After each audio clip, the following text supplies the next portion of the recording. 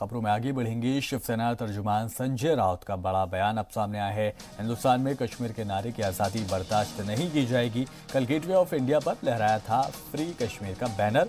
Gateway of India पर तलबा JNU तशद्दुद के खिलाफ एहतजाज कर रहे थे। उसी दौरान एक लड़की जिसका नाम महक मिर्जा दरअसल बताया जा रहा है, वो वहां पर पहुंचती है और उसके हाथ में एक पोस्टर होता है जिस पर लिखा होता है फ्री कश्मीर। जिसके बाद जो महाराष्ट्र के साबिक सीएम हैं माफ कीजिएगा देवेंद्र फडणवीस, वो वहां पर ट्वीट करते हैं। साथ ही साथ वो मौजूदा जो सीएम है उद्धव ठाकरे, उनके ऊपर निशाना साधते हैं और उनसे पूछते हैं कि क्या उनको ये सब बर्दाश्त होगा।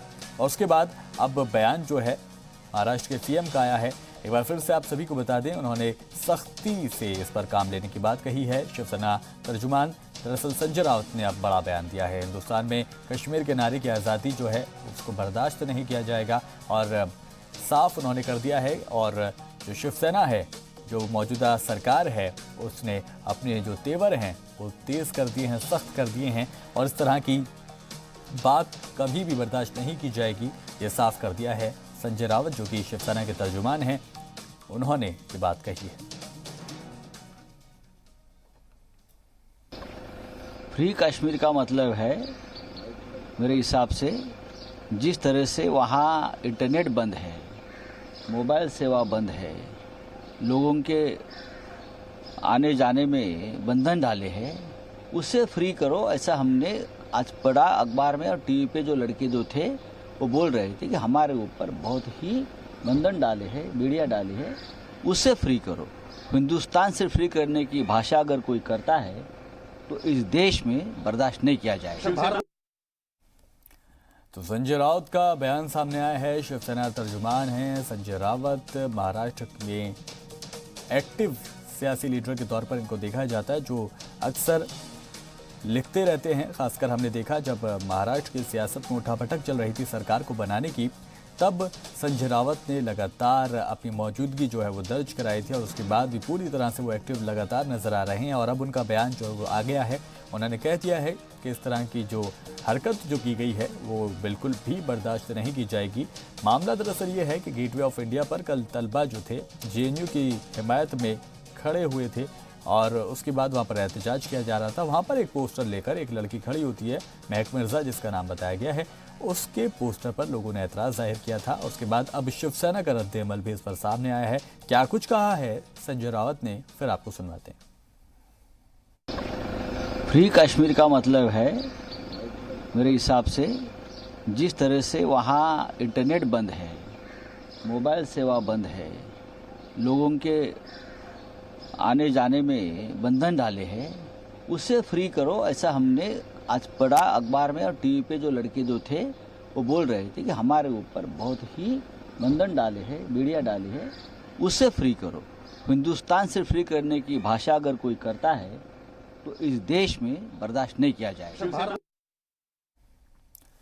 तो संजय रावत ने अपना बयान देते हुए कह दिया है कि इस तरह से अगर कोई बयानबाजी करता है तो वो नाकाबिले बर्दाश्त है। हालांकि उन्होंने ये कहा है कि जो लोग सफाई दे रहे हैं इस पोस्टर के लिए, उनका ये कहना है कि इंटरनेट वहाँ पर नहीं है, बहुत सी सहूलतें जो हैं वो वहाँ पर नहीं दी जा रही हैं और इस तरह से वो अपने ऊपर पाबंदी उसको समझ रहे हैं, लिहाजा वो फ्री कश्मीर की बात इसीलिए कर रहे हैं। तो मुंबई में जेएनयू के तशद्दुद के खिलाफ एहतजाज के दौरान फ्री कश्मीर का पोस्टर दिखाने वाली लड़की महक मिर्जा प्रभु ने अब सफाई दी है। महक मिर्जा प्रभु का ये कहना है कि सोशल मीडिया पर उसके बारे में जो बताया जा रहा है उसको लेकर वो सदमे में है। महक का कहना है कि उसने आईनी हुकूक की हिमायत में आवाज उठाई है।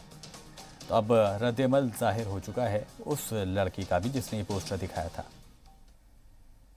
मतलब समझ ही नहीं आ रहा। They are saying that I am a member of some gang और some organisation, I have been paid to stand there and all of that. ऐसा नहीं है, आप जाके देख सकते हो मेरे बारे में।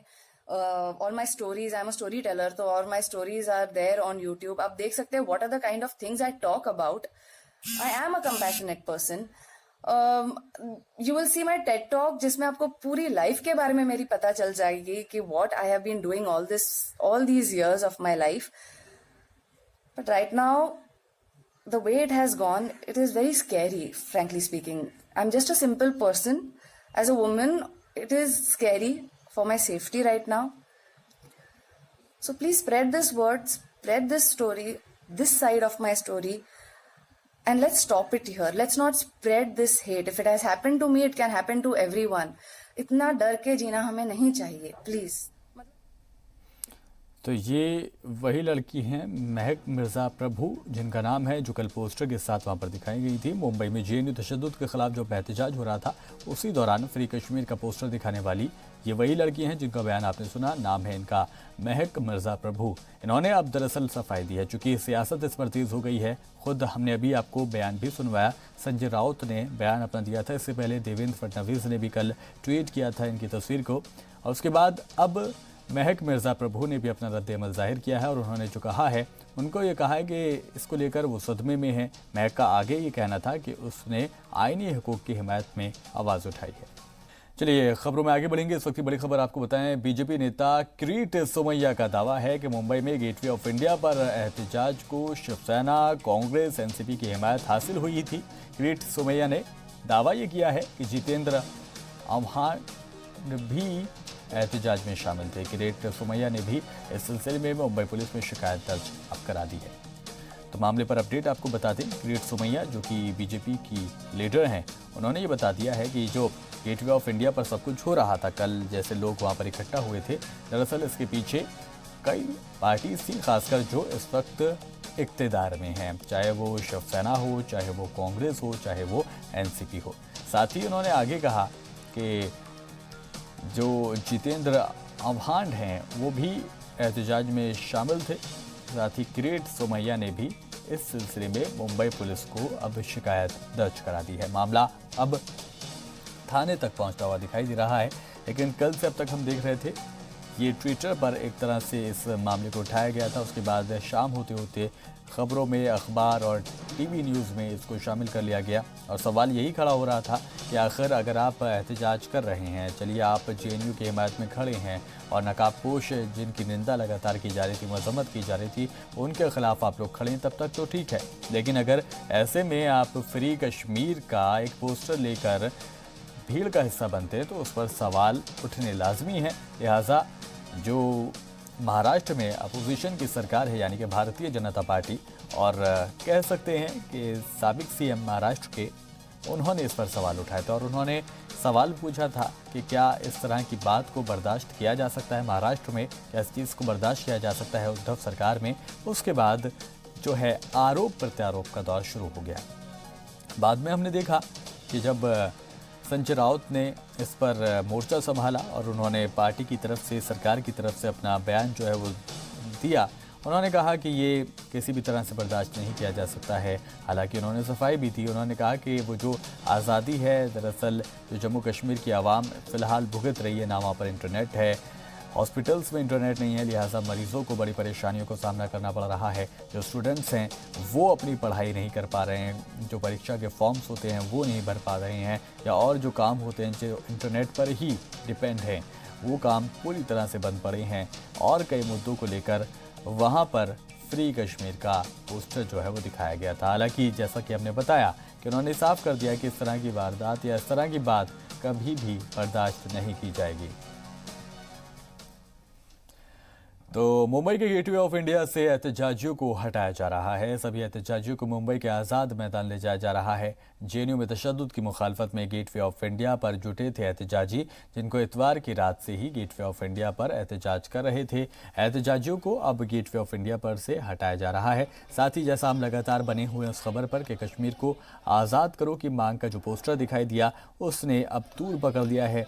जैसा हमने बताया कि अब बीजेपी लीडर जो हैं थाने तक पहुंच गए हैं और मामला दर्ज करा दिया गया है।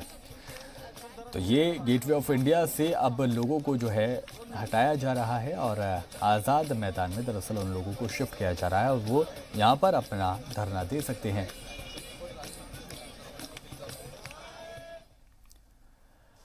और मुंबई पुलिस के डीसीपी संग्राम सिंह निशंदर से हमारे रिपोर्टर अंकुर त्यागी ने बात की। मुंबई में जो आंदोलन गेटवे ऑफ इंडिया पर चल रहा था, उसको शिफ्ट कर दिया गया है, मूव करवा दिया गया है आजाद मैदान के लिए। इस वक्त डीसीपी जोन 1 संग्राम सिंह निशानदार हमारे साथ हैं। सर, आपको जरूरत क्यों महसूस हुई? कल तो आप लोगों ने बिल्कुल अलाउ किया था, कल तो लगातार चला था, क्या तकलीफ हुई लोगों को, या आपको क्या सोच के ख्याल आया? जी, कॉमन सिटीजन्स से जो हमको रिव्यूज आए, लोगों को काफ़ी तकलीफ हुई। रोड्स बंद हुए थे और आंदोलनकर्ता में ऐसे ग्रुप्स थे जो बोल रहे थे कि उन्हीं को पता नहीं कि कौन किसके कंट्रोल में है।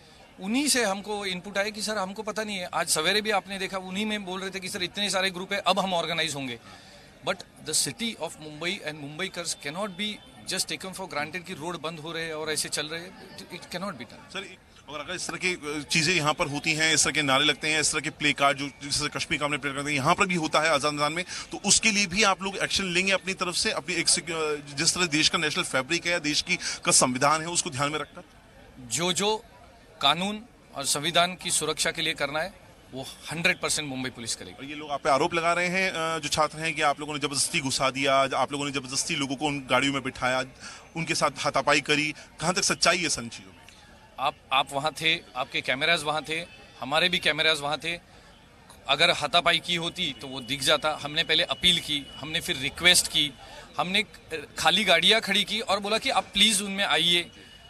अब इसको कहाँ से हाथापाई के डेफिनेशन में डाल सकते हैं? हमने उनको रिक्वेस्ट किया। सामान भी ले आए आप तो? हम उनका सामान यहाँ लेके आए, उनको डिस्ट्रीब्यूट कर रहे, मेडिसिन, बिस्किट्स, ब्लैंकेट्स।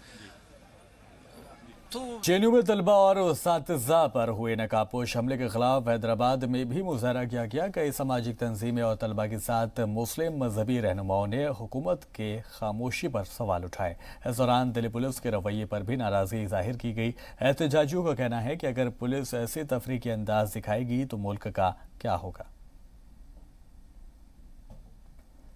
निकाबपोश तरीके से आके पुलिस की मदद से जो फैकल्टी के मेंबरों पे, औरतों के ऊपर और वहाँ के स्टूडेंट प्रोफेसर्स को जो मारे, उससे उनका असली चेहरा बेनकाब हो गया। एक तरफ से बीजेपी का नारा है बेटी पढ़ाओ बेटी बचाओ, दूसरी तरफ देखे तो क्या है, बेटियों को मारो बेटियों को भगाओ। क्योंकि वहाँ की जो प्रेसिडेंट है बेचारी जेएनयू यूनिवर्सिटी की स्टूडेंट्स यूनियन की जो प्रेसिडेंट है वो एक लड़की है, जख्मी हालत से आज वो all India institute of medical science में ज़ेर इलाज है और उसमें 2 स्टूडेंट बहुत ही क्रिटिकल कंडीशन में है। तो इस मामले में हम जानना चाहेंगे कि अगर हिंदुस्तान में ऐसा ही चलता रहा तो क्या होगा हिंदुस्तान की जो यूनिवर्सिटीज़ का जो तालीम का क्या होगा। जबकि जवाहरलाल नेहरू का कहना कि ये universities are temple of learning, तो उस टेम्पल ऑफ लर्निंग में जो ना ये तबाही और इसका नंगा नाच जो ना जहालत का नंगा नाच जो हुआ, इस मामले में कोई एक वर्ड हमारे प्राइम मिनिस्टर या नहीं तो होम मिनिस्टर का कोई नहीं है। और वहाँ के जो मुतय्यन जो पुलिस फोर्स है उनके ऊपर उन्होंने क्या एक्शन लिया और इन लोगों को जो बर्बरीत का मुजाहरा किया उनके खिलाफ क्या एक्शन लिया गया। कई प्रोफेसर्स और खातून प्रोफेसर्स को उन्होंने तशद्दुद का निशाना बनाया और उन पर कातिलाना हमले किए गए और जो हमलावर थे वो पुलिस की निगरानी में फ़रार होने में कामयाब हो गए। ऐसे वीडियोस और ऐसे तमाम फोटोजेस अखबारात के अंदर और सोशल मीडिया के अंदर वायरल हुए हैं। आज हम सब लोग ज़िम्मेदारान कौम व मिल्लत और मुख्तलिफ़ मज़ाहिब के लोग और लेफ़्ट पार्टीज़ के लोग, स्टूडेंट ऑर्गेनाइजेशंस और कायदीन मिल्लत सब यहाँ पर उन तलबा के साथ में इजहार यगानगत करने के लिए और फिर गुंडागर्दी के ख़िलाफ़ मज़म्मत करने के लिए यहाँ हम सब धरना मुनज़्ज़म किए। इस वक्त की बड़ी खबर आपको बताएं, जनूबी कश्मीर के अवंतीपुरा के चूरसू में एनकाउंटर हुआ है। एनकाउंटर में हिजबुल मुजाहिदीन का एक दहशतगर्द मारा गया है। सीआरपीएफ एसओजी का यह मुश्तरका ऑपरेशन था जिसमें 42 आरआर का भी एक अहम किरदार रहा है। यानी कि 42 आरआर और एसओजी साथ ही सीआरपीएफ तीनों का मुश्तरका ऑपरेशन हुआ जिसमें एक मिलिटेंट जो है वो मारा गया है। जनूबी कश्मीर के अवंतीपुरा के चूरसू ये इलाका बताया जा रहा है जहां पर यह एनकाउंटर हुआ है। एनकाउंटर में हिजबुल मुजाहिदीन का एक मिलिटेंट मारा गया है। सीआरपीएफ, एसओजी और 42 आरआर का मुश्तरका ऑपरेशन चल रहा है जिसमें खबर ये आ रही है कि एक दहशतगर्द जिसका ताल्लुक हिजबुल मुजाहिदीन से था वो ढेर कर दिया गया है। हालांकि क्या इसका नाम था, क्या इसकी पहचान थी, ये तो साफ नहीं हो पाया है, लेकिन जिस तंजीम के साथ ये जुड़ा हुआ था उसका नाम हिजबुल मुजाहिदीन है जो पिछले एक अरसे से एक्टिव देखी जा रही है और दहशतगर्दी की सरगर्मियों को अंजाम देती रही। तो दिल्ली असेंबली इंतखाबात की तारीख का ऐलान हो गया है। आज से ठीक 32वें दिन 8 फरवरी को 70 असेंबली सीटों पर एक साथ वोट डाले जाएंगे। 11 फरवरी को दिल्ली असेंबली इंतखाबात के नतीजे आ जाएंगे। इंतखाबात की तारीख के ऐलान के साथ ही दिल्ली में ज़ाब्ता अखलाक नाफिज हो गया है। वहीं सियासी बयानबाजी का दौर भी शुरू हो गया है।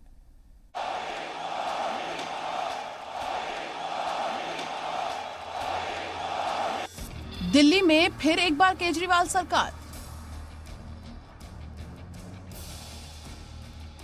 या दिल्ली में चलेगा मोदी शाह का जादू? दिल्ली में कांग्रेस रेस में है भी या नहीं?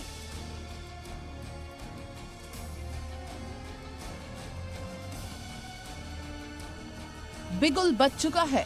मुल्क की राजधानी दिल्ली में असेंबली इंतखाबात का बिगुल बज गया है। इंतखाबात की तारीखों का ऐलान होते ही पार्टियां बैलेट के बैटल की तैयारी कर चुकी हैं। हमारे सांसद कहते हैं कि दिल्ली में 5 साल की सरकार की जगह 5 महीने की सरकार चल रही। मुझे पहले समझ में नहीं आया। मैंने पूछा भैया ये 5 महीने की सरकार क्या होता है?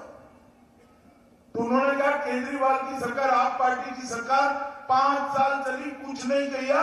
5 महीने में सारे एडवर्टाइज देकर विकास के लिए लोगों की आंख में धूल झोंकने का प्रयास किया। आम आदमी पार्टी अपने 5 साल का कामकाज और हुसूलियाबियां गिनाते हुए 2015 का एहतजाज दोहराने का दावा कर रही है, तो बीजेपी पूरी लड़ाई राष्ट्रवाद और अराजकता के बीच की बता रही है। दिल्ली का चुनाव दिल्ली सरकार के कामों पे होगा। लोग मन बना चुके हैं कि इस बार काम पे वोट डालेंगे। राष्ट्रवाद, और वो राष्ट्रवाद जो विकास युक्त राष्ट्रवाद है, बनाम अराजकतावाद से है। और उसके दृश्य दिल्ली ने बड़े खतरनाक दृश्य देखे हैं साहब। 2019 लोकसभा इंतखाबात में बीजेपी ने दिल्ली की सभी 7 सीटों पर जीत दर्ज की थी। वहीं आम आदमी पार्टी सिर्फ 2 सीटों पर ही दूसरे नंबर पर आ सकी थी। ऐसे में बीजेपी को उम्मीद है कि दिल्ली में दोबारा मोदी मैजिक काम आएगा। इंतखाब से ठीक पहले गैर कानूनी कॉलोनीज को मोदी सरकार ने पक्का किया है, जो बीजेपी के लिए गेम चेंजर साबित हो सकता है। हालांकि वजीर आला ओहदे के लिए कोई उम्मीदवार न होना बीजेपी के लिए नुकसानदेह साबित हो सकता है। आज 1700 कॉलोनियां 2 तरह की जमीन पे बसी हैं। या तो वो अनऑथराइज कॉलोनी, या तो वो एग्रीकल्चर लैंड पे बसी हैं, या सरकारी जमीन पे कब्जा करके बसी हैं। हमने उनसे ये रिक्वेस्ट किया था, साहब इनका लैंड यूज चेंज कर दो। लैंड यूज चेंज कर देंगे तो उनका मालिकाना हक बन जाएगा। बिना लैंड यूज चेंज किए कभी किसी का मालिकाना हक बनता नहीं है। बिना लैंड यूज किए चेंज किए तो वैसे ही कोई फर्जी सा कागज उन्होंने पकड़ा दिया जिसको कह रहे हैं रजिस्ट्री है। पूरे दिल्ली वासी इसी प्रतीक्षा में थे कि झूठ की सरकार कब खत्म करे और काम करने वाली सरकार कैसे आए। 2015 के इंतखाब में खाता तक नहीं खोलने वाली कांग्रेस पार्टी भी जीत के लिए फाइट करने को तैयार है। कांग्रेस अकेले फाइट करेगी और अकेले दम पर सरकार बनाएगी दिल्ली में। 2015 के असेंबली इंतखाबात में आम आदमी पार्टी ने दोनों बड़ी पार्टियों को जोरदार पटखनी दी थी। दिल्ली में आम आदमी पार्टी को तारीखी मैंडेट मिला था।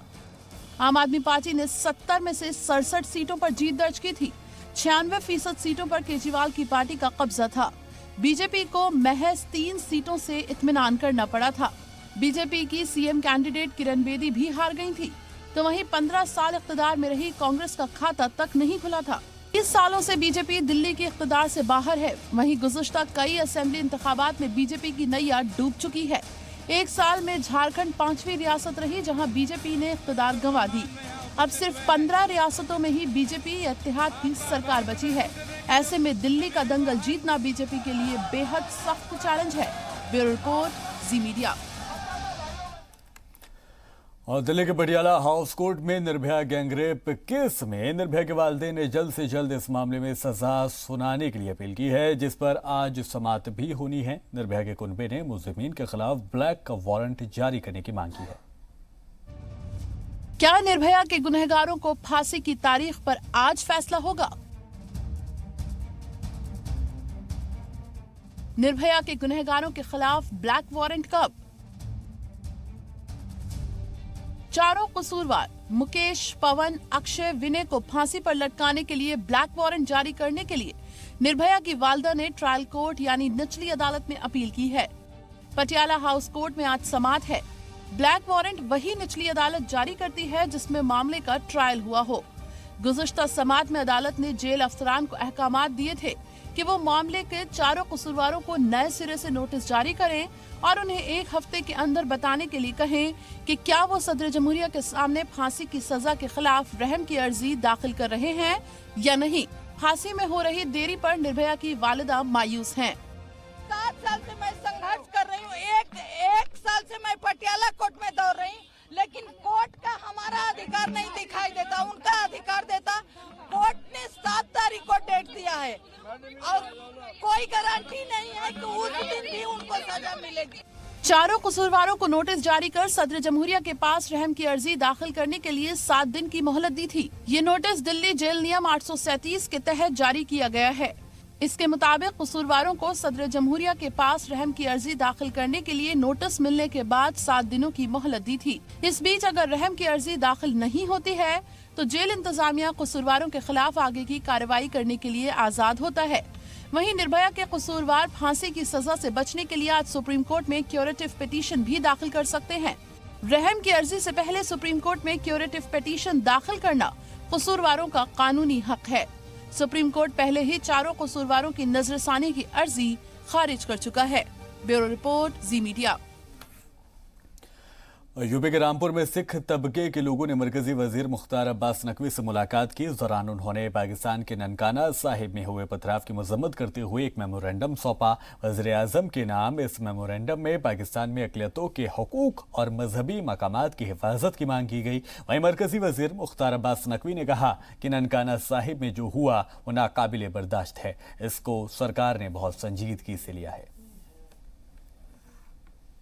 ननकाना साहब में जो किया है उसका वो किसी भी रूप में स्वीकार नहीं है और इस संबंध में हम सरकार ने बहुत गंभीरता से इसको लिया है और पाकिस्तान को इस बात को समझ लेना चाहिए कि इस तरह की अराजकता से भरपूर हरकतें किसी भी रूप में हिंदुस्तान उसे अनदेखी नहीं कर सकता।